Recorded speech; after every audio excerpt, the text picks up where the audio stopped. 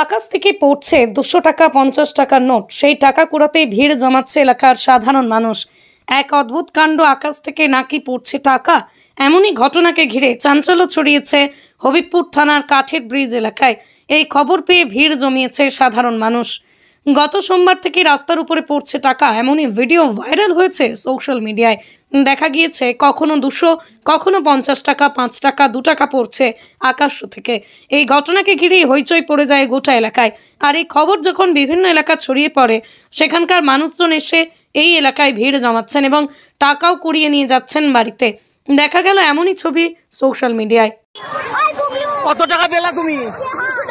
কোথা থেকে পেলা? ওরা উপর থেকে পড়ছে?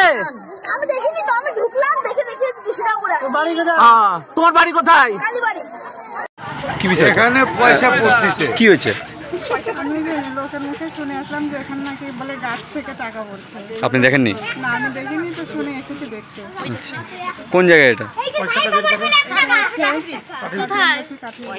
আপনার নাম? শ্রীমতী হালদার।